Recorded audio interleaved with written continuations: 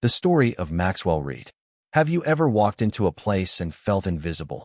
Not in some deep philosophical way, but the kind where you're physically present, breathing, standing there, and yet no one seems to notice?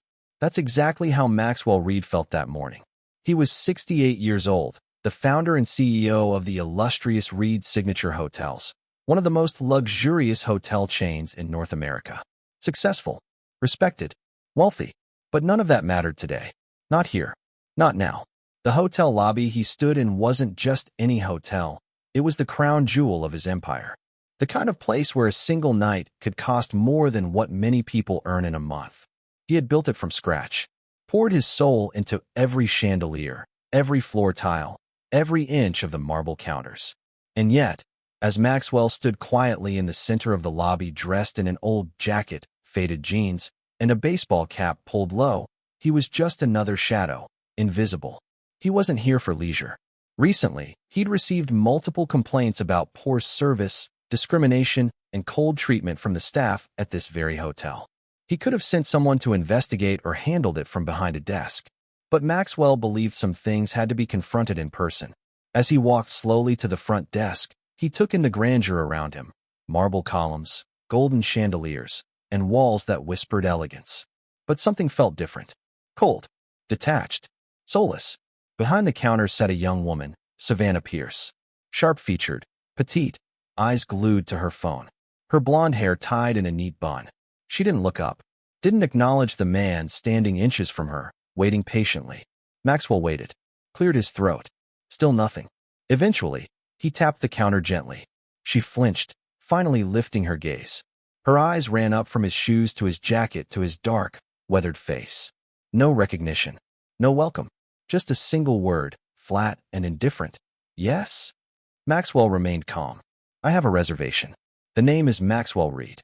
Savannah sighed, turned to her computer, tapping keys with freshly manicured nails. Her eyes didn't move. She wasn't really looking. Not properly.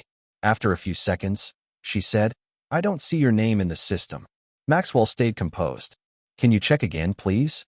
Savannah rolled her eyes, her tone now edged with annoyance. I told you, it's not here. Maybe you have the wrong hotel. Her words were sharp, subtle, but the implication was clear. A man like him didn't belong here. Maxwell slowly reached for his phone and pulled up the email confirmation, holding it out. Here. I received this just 2 days ago. She glanced at it for less than a second. If it's not in the system, sir, there's nothing I can do. Maybe you messed up the dates or the location. Maxwell remained calm, but inside, something stirred. He had seen this before, subtle discrimination wrapped in professionalism. Dismissal masked as protocol. I believe you should take a closer look, he said gently but firmly. She sighed again and spun the monitor toward him, barely giving him a second to read it before yanking it back. There it was. The game. A deliberate tactic designed to make a guest doubt themselves. He had seen it used before, mostly to deter complaints, make people leave, make them feel like they didn't belong. It was subtle, calculated, malicious. Maxwell knew this wasn't an accident. He knew the booking was real. And the moment he got a glimpse at the screen, he saw something else too. His name. Faint, but there. Would you mind if I check it myself with you? He asked politely. Savannah let out a small chuckle. I don't know what you're trying to prove, Mr. Reed, but if you want to wait, go ahead. Maxwell nodded and stepped aside. But he wasn't just waiting. He pulled out his internal hotel access device. It was a small tablet disguised as a phone, capable of linking directly to the reservation systems of all Reed Signature hotels. He typed in his login, entered the security codes, and quickly located the reservation. There it was. Confirmed. Valid. Room 2112. But something else was there too. Status, deleted. His breath caught. He scrolled further. Deleted by Savannah Pierce. A chill ran through him. It wasn't a system error. It wasn't a mistake. She had done this intentionally. He looked up. Savannah was back on her phone, unbothered. Completely unaware that the man she had tried to erase wasn't just a guest, but the very owner of the hotel. Maxwell took a deep breath, steadied himself, then walked slowly back to the counter.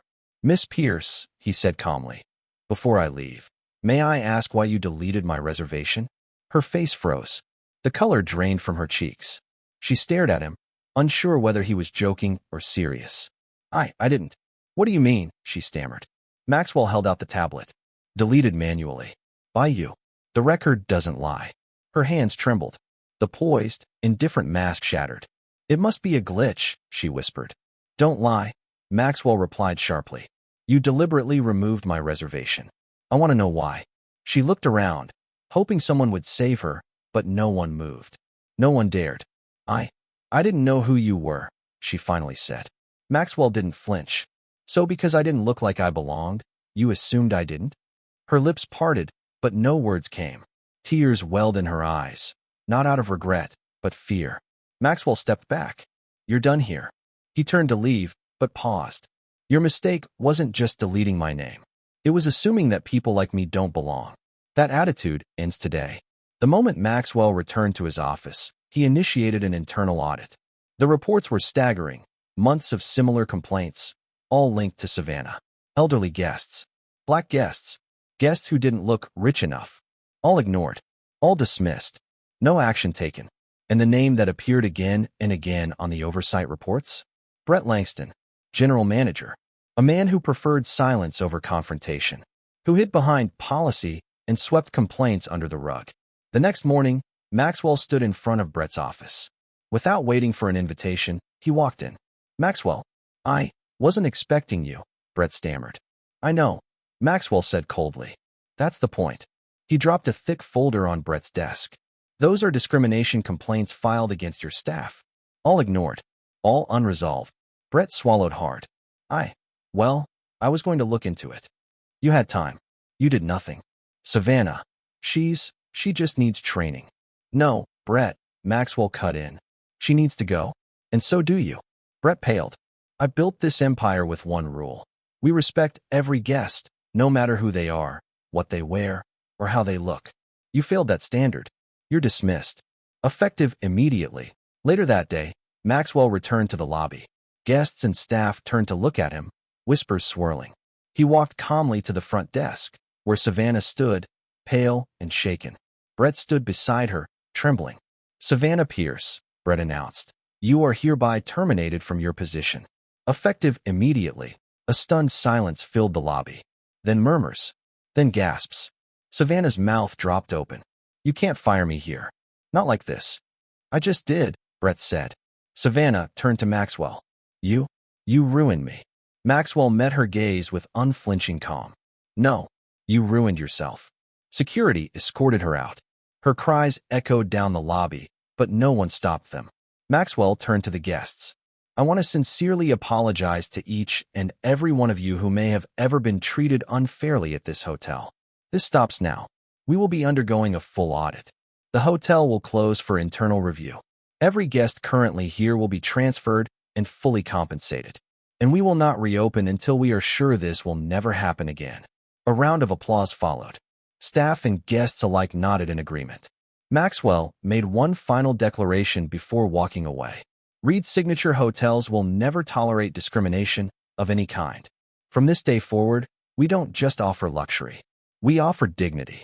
And with that, he walked away, his steps no longer heavy with disappointment, but lightened with hope for a future finally rooted in what mattered most: justice, dignity, and respect.